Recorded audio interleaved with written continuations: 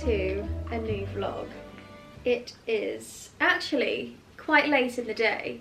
It is 4:45 and I've just been finishing up some work for the weekend. I actually had a shoot day today for the first time in such a long time. I've been slowly getting back into my old ways of Instagram, and to be honest, I'm absolutely loving it. When I started Instagram, I used to do these little shoots with whoever would be free to take pictures, and I would pack loads of outfits. I would either head to London or around my local area, and I would just shoot the outfits, and I absolutely loved it. I am such, like, I don't know what the word is, but I love detail. I love detail in lighting, buildings, nature, like all the little things. And for a while, I feel like I just really lost that, and I lost that sense of creativity, which I think does happen. And since introducing YouTube, and obviously reels and video content has become such a thing, I've just really lost touch of that photography side of my content, and I've really missed it. So for the last couple of weeks, I've been doing little shoots here and there, at home, out and about, and I'm really loving it. So I did a shoot today over at Eastwell Manor, which is absolutely beautiful. It's so close to me, and I don't know why I don't go there more, because it's just stunning. I actually stayed there for my birthday last year, I think. Yeah, last year, with my mum, and it was amazing. We had the best time, and when we were there, we kept saying we have to come back and shoot some content because every corner is just beautiful. So we shot a few outfits, we had some lunch, we sat in the garden. It was so nice. It's been really warm today. I'm back home. I've just been finishing off some newsletters and some work for the week. I thought I would answer some of the questions that you guys have asked me on Instagram, because there are so many new faces over here on YouTube, which is so incredible, and I'm so grateful. Thank you so much if you've subscribed or if you're keeping up to date on the vlogs. It really does mean the world. I just love YouTube. I definitely think it's one of my favourite platforms, because I feel like you can really get to know people through videos, especially vlogs. So I thought I would do a bit of an updated Q&A, and I asked you guys for questions and I'm going to answer them, basically, while I've got a very overtired puppy. When he gets overtired, he's very chewy, and I know he's tired. If I was sat here in silence, he would be asleep, but as soon as I start talking, it's like he thinks it's time to play. But I'm not talking to you, am I? Here, you play with Highland Cow. Okay, first question. Any plans for a holiday this winter? Probably not, to be honest. We don't really tend to go away in winter. Most of the time, Jack goes skiing in January or March. And I think I may be going along this year. This is going to be quite difficult to film with Basil.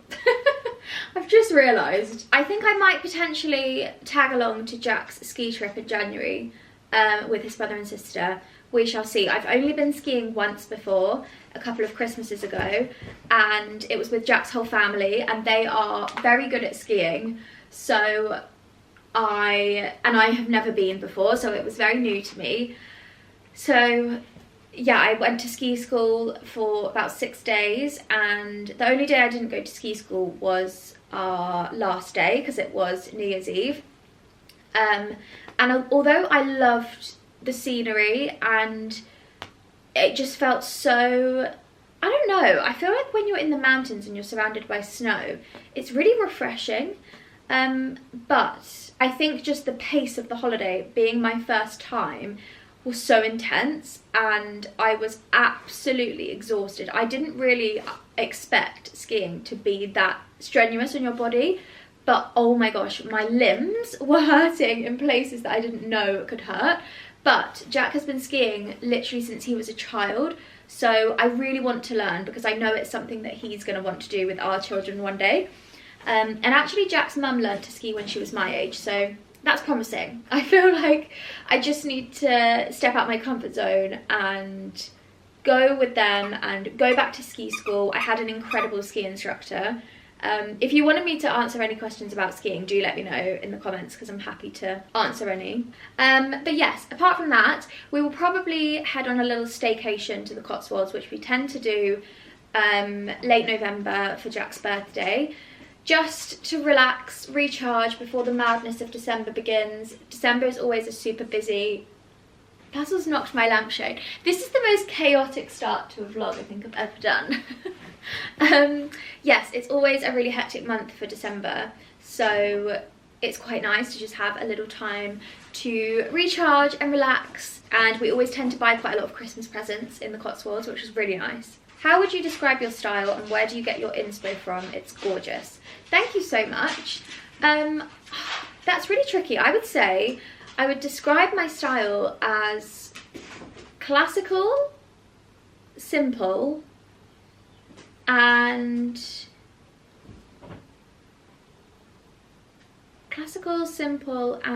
I don't know. I don't really know. Timeless, maybe?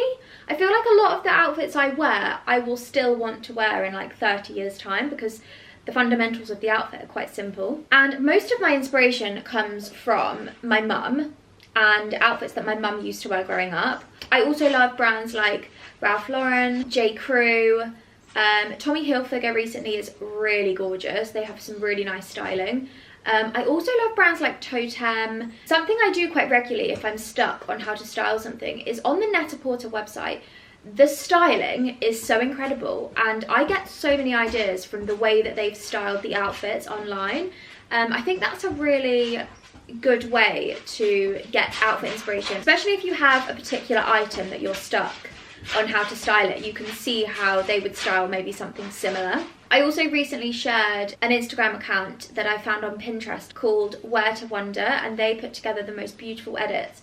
And I found myself really being quite inspired by them lately. And actually, Pinterest is one of my favourite places for inspiration. I think you can just see such a variety of outfits from all over the world. And yeah, I love it. I find it really, really inspiring. Would you ever consider moving country? Probably not, to be honest. Mainly just because I don't really have a reason to. All of our family and friends live actually pretty much all in the same village, but I would hate to move away from my friends and family.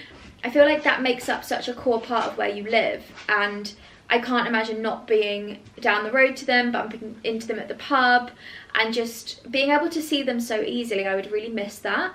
I think if Jack or I had a job that meant we had to move abroad, then of course I would do it. It's one of those things where if the opportunity came around, I would definitely do it. I think it would be incredible, but we don't really have an opportunity for that, and it's just not something that is on my radar really. What brands would you love to work with? I'm waiting for the Ralph Lauren collab.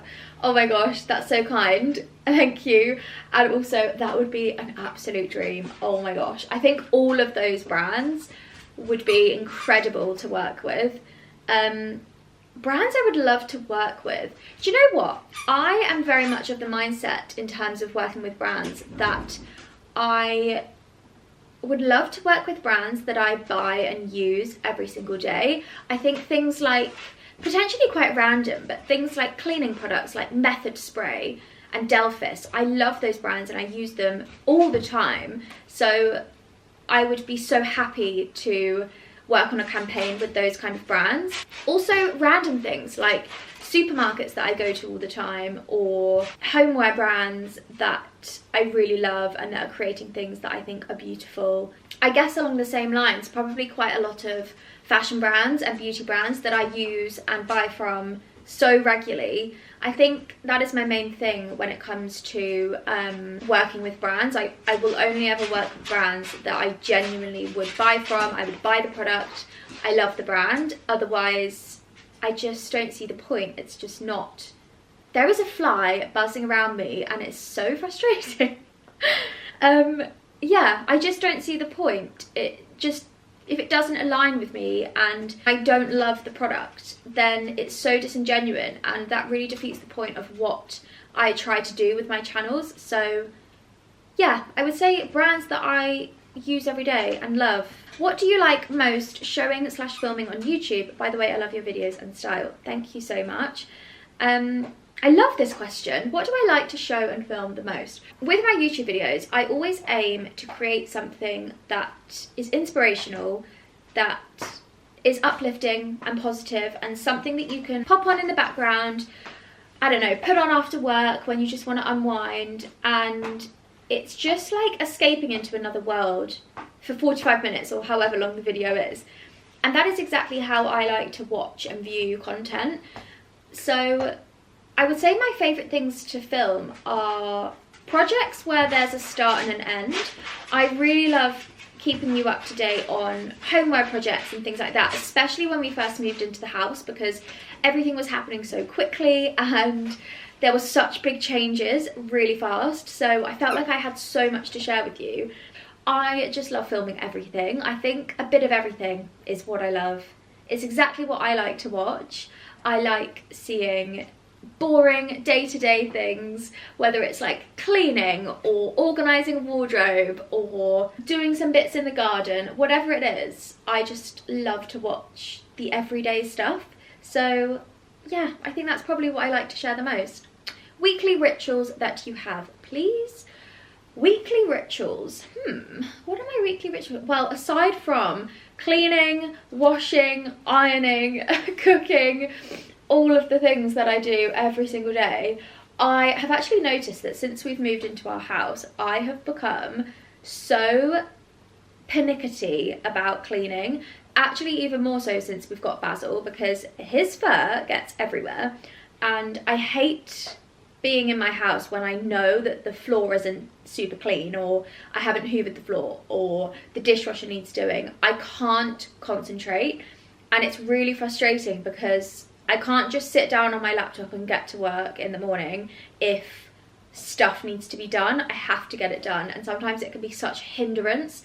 And I think that's probably the beauty of not working from home, because you get up, you go to work, you go out, you crack on with your day, and you almost forget whatever your house looks like. But I think when you work from home, it's just a constant reminder all the time.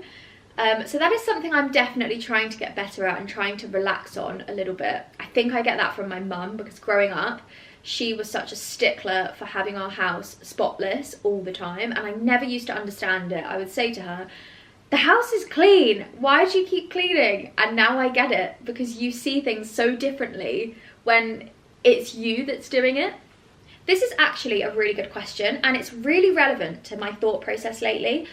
I have been listening to quite a lot of podcasts about routine, and specifically when you have your own business and you don't need to work 9 to 5, you can work whatever hours suit, and basically whatever hours equate to the amount of work that you have. And something that I really want to start doing is implementing some things that I do each week, whatever day it is, whether it's early mornings, evenings, I don't know, but something that is a routine for me. I know this is not what I want to do, but in a similar vein, Jack goes to the pub every Tuesday with his dad and his brother, and they have debrief about work, about life. They see neighbours at the pub, and they just go for a couple of hours, but they do it every single week.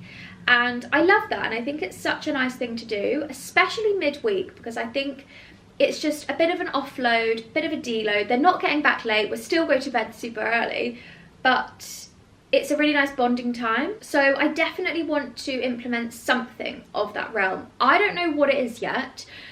At first, before I got my reformer machine, it was going to be a reformer class, but they're so expensive where we live, and I can't spend £50 a week on one class. It's ridiculous.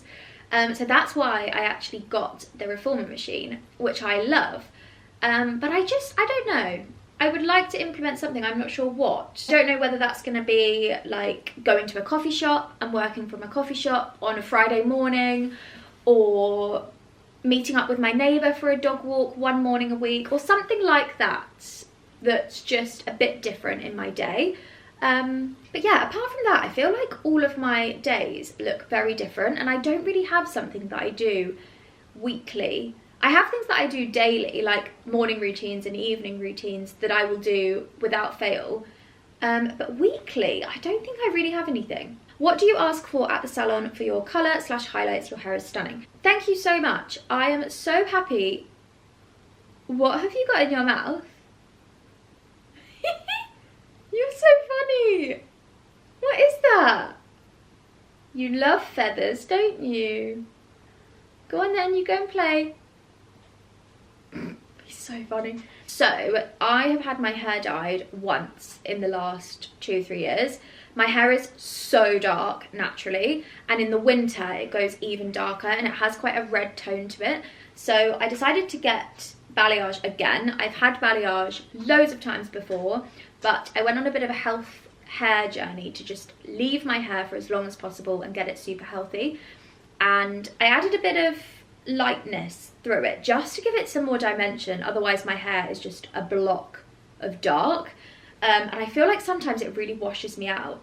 So we did, I believe we did balayage with a little bit of face framing. I wanted to keep my root as prominent as possible and just blend that through, so that because I'm quite low maintenance and I really don't love going to the hairdressers, I wanted to be able to just grow it out and it wouldn't look stripy or patchy or blocky or anything. And to be honest, I think she's done an amazing job. I went to a local salon called By the Studio to get my hair done, and I absolutely love it. And it's months on. I think 8 months ago I got my hair done, and yeah, I'm really, really happy with it. Do you believe in, and if so, how do you practice manifestation? I have quite mixed opinions on manifestation. I believe in it to some extent, and I definitely think if you have a positive mindset and a positive outlook, you are radiating that energy out into the world, out into the people that you meet. And when your approach is positive, positive things will come back to you. And I think it's all about a mindset thing rather than, I don't know, writing in your diaries and in your journals that you want to earn loads of money or you want a dog, and like writing all these things down. This is actually something that I learned about myself through my human design chart that I was talking about in a few vlogs ago. My human design makeup is a generator, and my preferred way of manifestation is through visualization. So really visualizing what my future is going to be. Sorry about that, I ran out of space.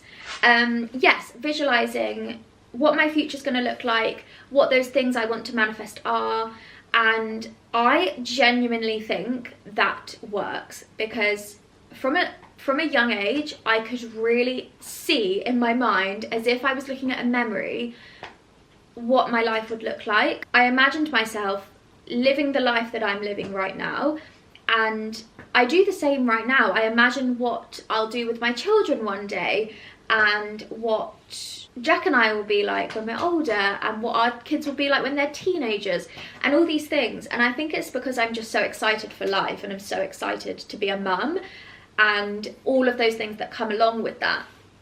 But yeah, I definitely think visualizing things is a really great tool.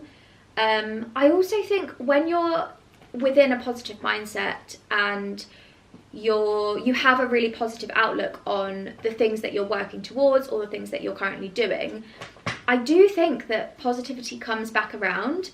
And as much as I say I'm unsure if I believe in manifestation, I just think that being quite uplifting as a person and being optimistic about certain things definitely helps. I think the brain is ridiculously clever, and it's so easy to be stuck in your negative mindset. I'm actually reading somewhere that your brain finds it easier to communicate to yourself within negative thoughts, and it's a lot harder to push through to those positive ones. So if you're ever stuck in a rut, or you're not feeling great about yourself, you're struggling with like body confidence or confidence in general, whatever it is, it's really easy to talk to yourself negatively, and that's the first thing that your brain thinks to do. But to really ride through that and push through and turn that into a positive, although it's difficult, it then is so much better for you in the long run, because you're creating that really positive outlook on yourself and your life and everything like that. So yeah, as much as I say I don't believe in manifestation, I definitely believe that there's something out there. And I am a huge believer that everything happens for a reason, even the terrible things.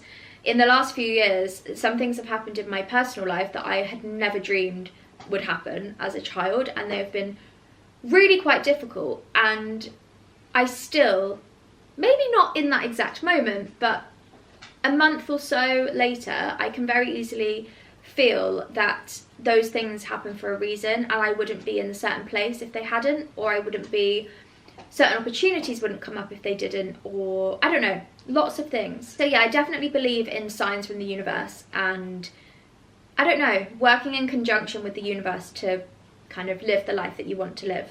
Oh gosh, now my battery's flashing. Hello, what have you got? Are you gonna sit down? You look sleepy. Oh, I love kisses. Oh, thank you so much. I am a bit busy right now. This is what he does every night. He just wants to lay on me. He's the most affectionate boy. Careful, you're gonna fall. There we go. Okay, new battery, next question. I'm moving into my first house. What is your advice on interior styling / where to start? This is such an incredible question. I'm actually going to answer this on my newsletter in like real depth, because I feel like I have so much to say and I'll be here all day and probably bore you. But I would just say, try not to rush. I think it's really important to live in the space as much as you can. I know sometimes you can feel like you want the sofa and the bed and the practical things to just make it feel like yours. But as much as you can, try and live in the space, see where the light comes in, see kind of like what you're using each room for and how much you're using them, which rooms are really bright, which rooms are really dark and could do with brightening. He's just ripping apart his toy there. Vaseline, why are you ripping up your toy? Is that a bit naughty? Okay then. Then I would say to invest in your big pieces of furniture first. So your sofa, your bed, any storage options that you want to have, like cabinets or wardrobes, things like that, that you're going to have for a really long time. And then look at doing decorative armchairs, cushions, any little extra bits that you want to add. Also, I would say just enjoy the process. I think after doing my interior course, actually, I've really realised that I think from like interior designer perspective, there's a lot of rules, and it's very much like only use 3 colours to create a cohesive colour palette. Make sure the colours in one room harmonise with the others, so you've got a really full, beautiful, flowing house. But at the end of the day, it's your home, and if you love mixing gingham with florals and pink and green and red and whatever else, then do that. I think just if you want your home to be a reflection of yourself and your personality, and make it comfortable, make it a space that you come home after work or you come home in the evenings and you love it and it's your safe space, I think that's important. And whatever you love, bring that into your home. I really think that's important. We spend so much time at home, and creating a home that inspires you, makes you feel calm, relaxed, all of those lovely positive emotions is really important. Tips on mixing different styles, country and modern home interior, for example. This relates quite well to what I've just said actually. I think you can really mix whatever you love. I don't think there's any rules. I think some people would maybe have opinions on that, but I really just think you should make your home a place that you love, and whether that's mixing contemporary or mid-century with quite traditional furniture, or whether that's mixing antique pieces with brand new, there are no rules and you can really do whatever you like. I love to mix antique pieces with things that are just a little bit more modern. Not super modern, but a little bit. What is the best part about where you live? Top places to visit, looking for little holiday ideas. Ooh, that's a good question. I think the best part about where we live is, well, Kent as a whole is huge. There are so many different parts of Kent. Top places to visit for a staycation. I would probably say Tunbridge Wells is beautiful, and you've got that real mix of everything. You've actually got a pig hotel coming to Tunbridge Wells within the next few weeks, I believe. So I would definitely recommend staying there because I love the pig. Equally, if you wanted to go a bit further, Canterbury also has the pig that I showed you in last week's vlog. And I just think that's a really lovely hotel because it has everything. You always know what to expect. I would say Tunbridge Wells would be my top destination in terms of like roughly where we live, because you have a bit of everything, especially if you want to go out for some nice dinners. There's some gorgeous restaurants, coffees in the morning if you wanted to go to like a bar for a drink, local pub. There are some really lovely walks around there, and the villages around Tunbridge Wells are also really rural and really lovely, so you kind of get the mix of everything, and it's so easy to get there from London. But if you're looking for something more coastal, I would say Rye is absolutely stunning. I love going to Rye. It's just a shame because Jack and I can only really go there together at the weekend, and it does get super busy. But there's so many beautiful boutiques, antique shops, interiors, little gift shops, amazing restaurants, gorgeous hotels, and it's right next to Camber Sands, which is the most beautiful beach. It's the beach that we go to all the time. It's so lovely.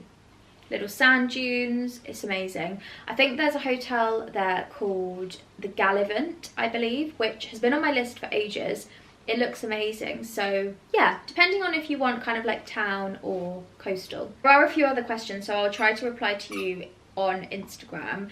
But I'm going to end this Q&A there because I've been talking for so long and I really don't want to bore you. But it's 5:30. I am just going to continue with a little bit of work for another hour or so.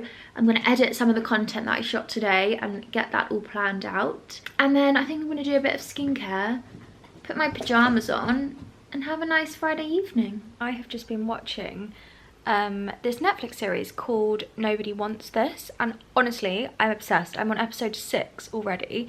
The episodes are quite short, but I'm loving it and I don't want it to end. It's so good. If you haven't watched it, I really recommend it.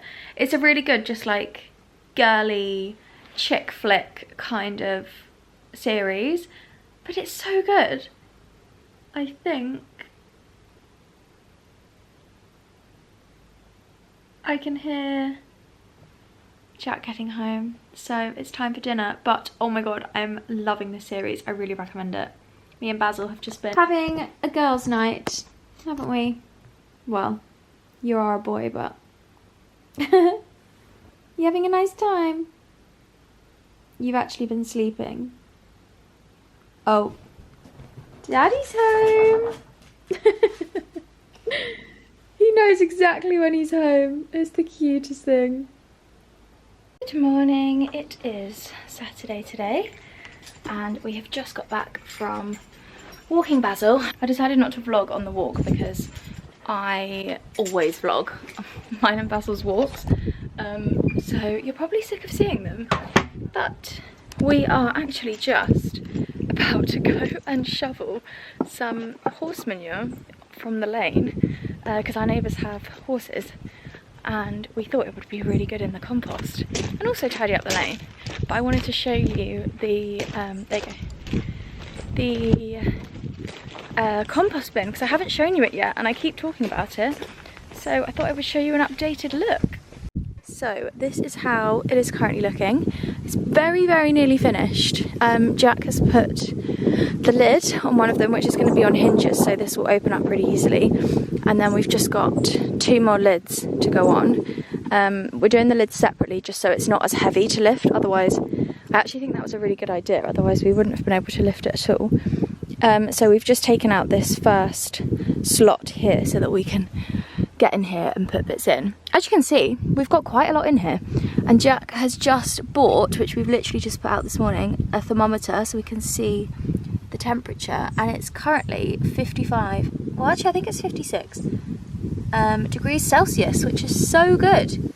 And I actually thought it was going to be about 20 to 30, so I can't believe how hot. Yep, hello. I can't believe how hot it is in there. So yeah, very good. We've done layers of grass, food waste, little bits from the garden, cardboard, leaves, all sorts of stuff.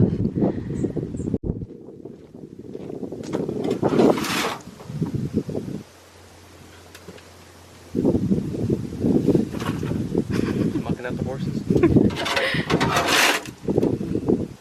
We have just arrived to Ripley's garden centre because we need to get some birdseed, but also I want to get a grate for the dahlias. I think I mentioned this before, and I'm pretty sure they have them in here, so we're going to have a look. But oh, I just love this garden centre. If you're local, I definitely recommend coming here because the pots are amazing. A lot of you have asked where we get our like sandstone urns from in the garden. They're all from here. They have the most incredible selection, and I don't know if it's Tom's dad or someone he knows makes them on site at the back, and they're incredible. They're so nice, and they're really reasonably priced as well. These are the pots I was talking about. They are just amazing. We've got quite a few of these now. We've got a bird bath from here, pots, and oh, these are nice. Oh, I really like those. I might get a couple of those for the kitchen garden bit. Yeah, that'd look really nice. Oh, they've got some new ones. I haven't seen these before. These are massive. Yeah, I just think the price is so good. I really love these benches as well. I'd actually quite like to get a bench. Yeah, where could we put that? Kitchen garden somewhere? Yeah. Everything's going in the kitchen garden. Yeah, everything's just so nice. They had these, I really like these sundials. I think these are really nice. They're so pretty. Oh, they're so nice. Isn't it just crazy that someone makes these? Amazing. Yeah, there's so many pots here. Like, thousands of pots. Every single style you could ever want. Oh, I wonder if Luna's here.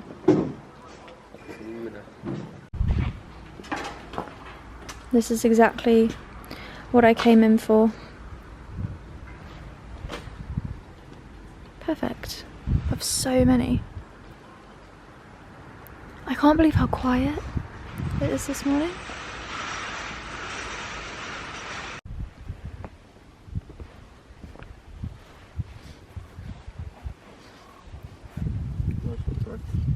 Yeah, they keep snapping because they keep falling. I think this branch has snapped, yeah.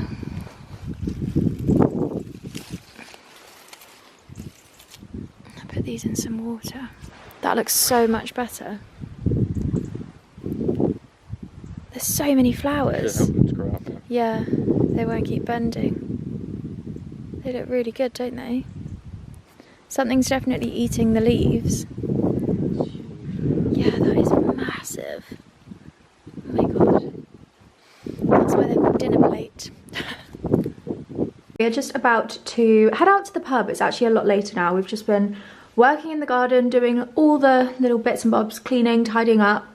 Jack's cut the grass, just lots of little odd jobs. And I've just quickly got changed. I'm wearing my H&M skinny jeans. I've had these for years. They're so inexpensive and they always look so nice and they're really comfortable. These are like a grey wash, which I think is really nice as a difference to black. I've got my House of Brewer knee-high boots on, which are the comfiest boots I have ever worn. They didn't give me blisters at all. Then my Ralph Lauren cable knit, which I got at Ashford Outlet. This I did shrink in the wash, but I've managed to stretch it back and it actually fits me so much nicer. I think I got this in a small and I probably should have got it in an extra small, but now it's the perfect fit, so blessing in disguise. And then I've just got my Fairfax and Favour jacket on. I love this so much, just the fit of this jacket, and I love the herringbone pattern. I adore it. It's a little bit smarter than like a normal walking jacket, so I think it looks lovely. And then I'm also just going to bring my everyday bag at the moment, which is my Demilier in tan. This is the midi New York bag, and then I've got my little silk scarf on here, which I just really love. I think it adds a bit of something. Excuse the washing behind me, by the way. This is still drying. But anyway, we're gonna head off to the pub. I feel like I don't look like myself because I've got straight hair and no mascara on. I literally just threw a bit of makeup on and got changed and we're heading out. So I feel like I'm looking a little bit weird. My mum always says when I have no mascara on, I look like a squirrel. But anyway, it's fine, only the local pub.